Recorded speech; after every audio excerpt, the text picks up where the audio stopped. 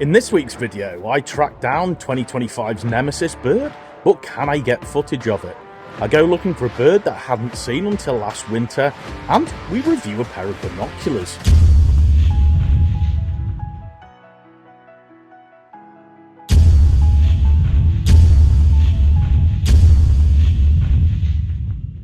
Hey folks, welcome back, and before we get into today's video, the guys at SVBONY have sent us a pair of binoculars to try out.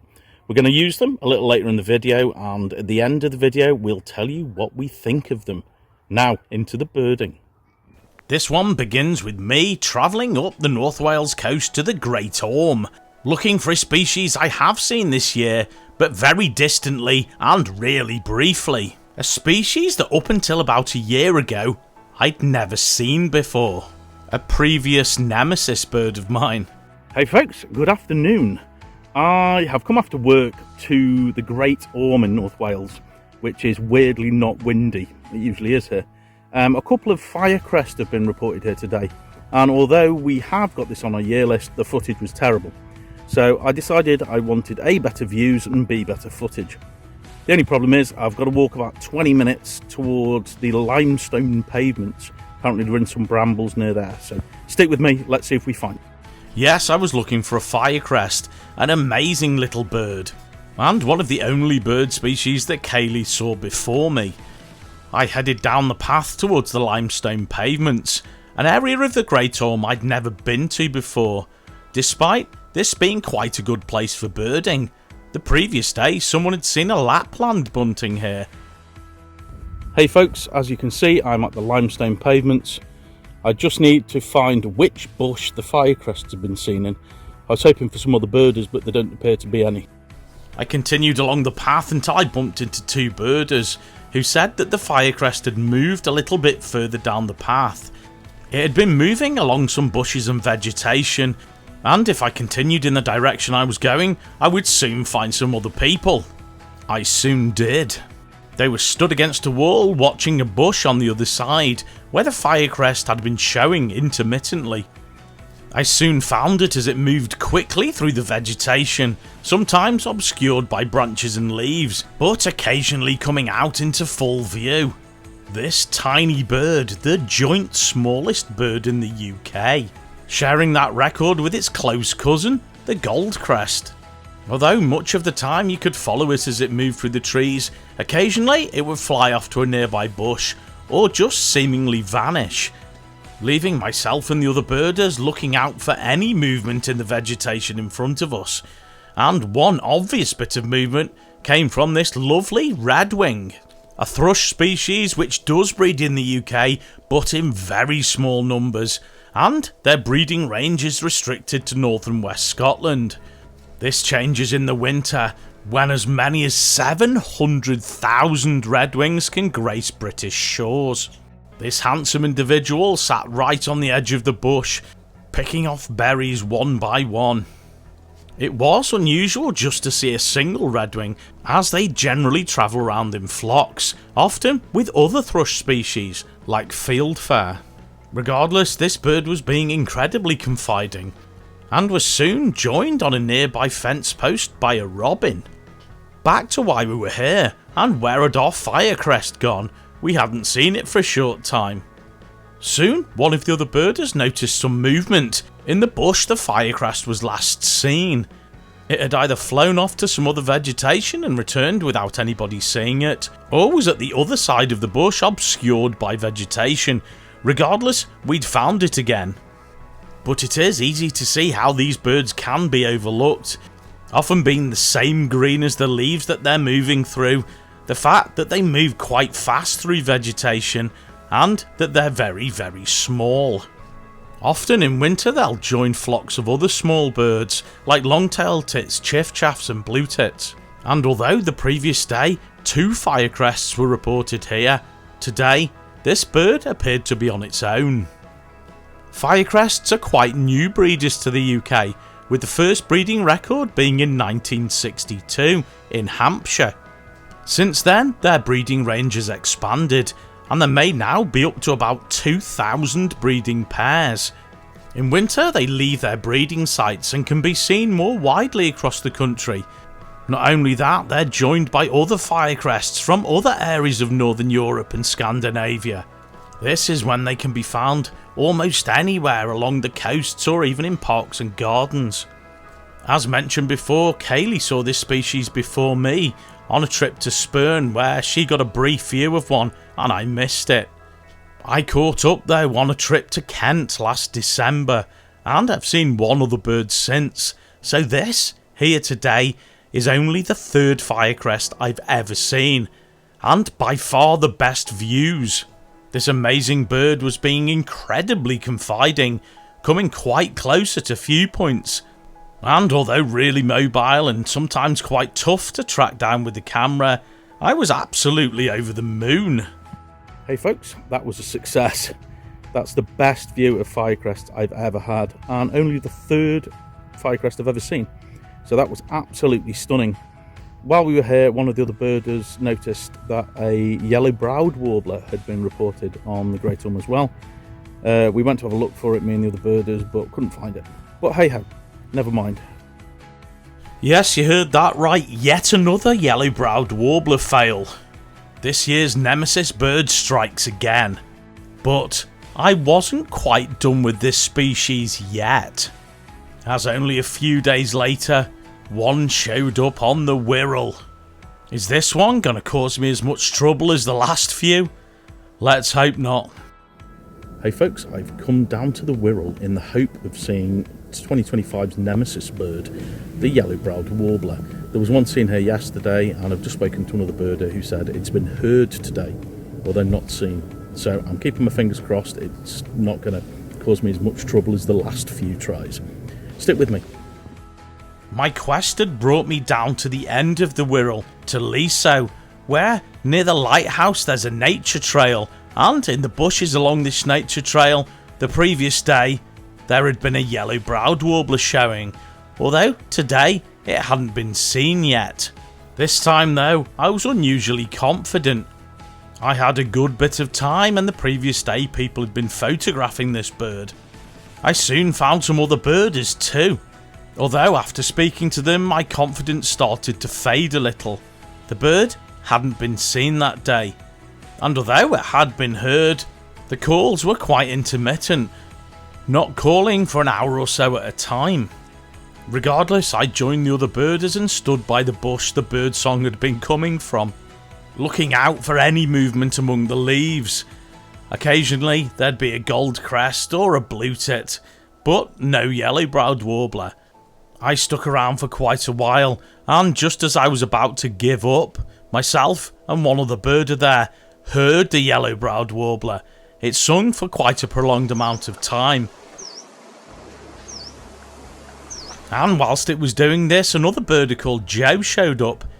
He had a thermal imaging sensor, which made things a little bit easier. And soon, with his help, I got a brief view of it, but too brief for the camera. Hey folks, so there's another birder with a thermal imaging camera, and he's walked down the path to try and look at the tree from the other side, a bit further away, but hopefully you may be able to get some views of it. I have seen it, so I'm going to add it onto the year list, but I'd like to get you guys some footage, so stick with me, let's see if we do. I soon joined Joe at the other side of the bush, although it was a bit more distant. We did get one other, again, brief view of the Yellow-browed Warbler, but try as I might, it was too quick for me to get any footage. Reluctantly, I had to head back towards the car. Although I had seen the bird, and could add it onto our year list, I felt a little disappointed, as it's always better to get you guys some footage. But by now it was dark and I had to go home. This though, wasn't quite the end of the story. Hello folks, I've just finished work and I have come back to Liso on the Wirral. Although I saw the Yellow-browed Warbler the other day and was able to count it on the list, I felt like I needed more. It felt like the loop wasn't kind of closed, as it were. So I've come back to try and get some footage or something of this bird that's been my Nemesis bird of 2025. So someone's photographed it this morning. Hopefully it's still here and will show for me today. Stick with me, let's see if it will. So there I was, back in the same place I was 2 days previously. My confidence from the previous time had been exchanged for quiet desperation, but still I was here and hopeful. So I made my way down the path, past the duck pond, past a few very vocal long-tailed tits, to the yellow-browed warbler's favourite bush, and some other birders that were already there. Today it seems the yellow-browed warbler had showed really well in the morning, with people getting photographs of it. Now though, it seemed to have hunkered down in the bush. People had heard it and got brief fleeting views, but not really what I was hoping for. After well over an hour, I too had a couple of fleeting views, but still no footage. By now, no one had heard or seen the bird for a while, even the guys with the thermal imaging scopes. So I decided on a slightly different perspective. So folks, I've seen it twice again as it was moving between a couple of bushes, but still no footage. This is becoming a little frustrating. I'm walking around to the other side of the tree to see if I can see it from there. It's a little bit more distant, but hey ho. When I arrived, it looks like some other birders had the same idea. And soon, a few birds started flying through the bushes in front of us. Most of these were long-tailed tits, but quickly one of the other birders spotted something that wasn't. Yes, the bird in the back of the branches you can see moving around is our target species, the yellow-browed warbler. Finally, I'd got it in the camera. Not ideal, but at least something. Luckily, after a few moments it came slightly forward in the bush, so it wasn't completely obscured by branches, giving us a brief but reasonably good view of this annual autumn visitor. This species breeds in Siberia and winters in Southeast Asia, but small numbers visit UK shores during migration, with most showing up in October, but some staying later in the winter. Although the yellow-browed warbler is still considered a scarce annual visitor to the UK, the records of this species are increasing in this country, especially on the east and south coast. Some birds though do venture further west, like this one that showed up here on the Wirral. After finally getting some footage, regardless of how mediocre, of this little warbler that seemed to have actively avoided me, I was more than happy. In fact, I was pretty relieved. Hey folks, I've got it. Like, don't expect anything amazing, but it was moving through some undergrowth. It was obscured a lot and was quite quick, but still, I'm glad I've got it. That has been an absolute pain of a bird, but we have now beaten the Nemesis bird, and I think that might be bird 266, which means we are matching last year's year-end figure, so not bad. Before leaving, I thought I'd just have another quick look around, as in previous days there'd been the odd firecrest showing up here. Although I recently saw one on the Great Orme that was earlier in the video, if there was one here it'd certainly be worth a look. I wandered round for a short while checking out the flocks of long-tailed tits, as often firecrests mix with these. I did see a few chiff-chaffs and goldcrests, but no firecrest. I was just about to leave when I bumped into a birder I'd seen earlier, who told me that the yellow-browed warbler was showing reasonably well where it was seen that morning. Not willing to pass on the chance of better footage, I hot-footed it back towards where the other birders were, and where apparently it was showing reasonably well now. So folks, I was just about to leave. I thought I'd have one last walk around when I bumped into a guy who told me that the yellow-browed warbler had been showing well. And it did, briefly. When I arrived, it was moving through the back of the vegetation, but managed to get a little window in the branches and got a brief bit of really good footage. Finally, after spending multiple hours invested in trying to find this bird, the birding gods answer. I'm so glad I stuck around a bit longer than I was going to. We've got it on the year list.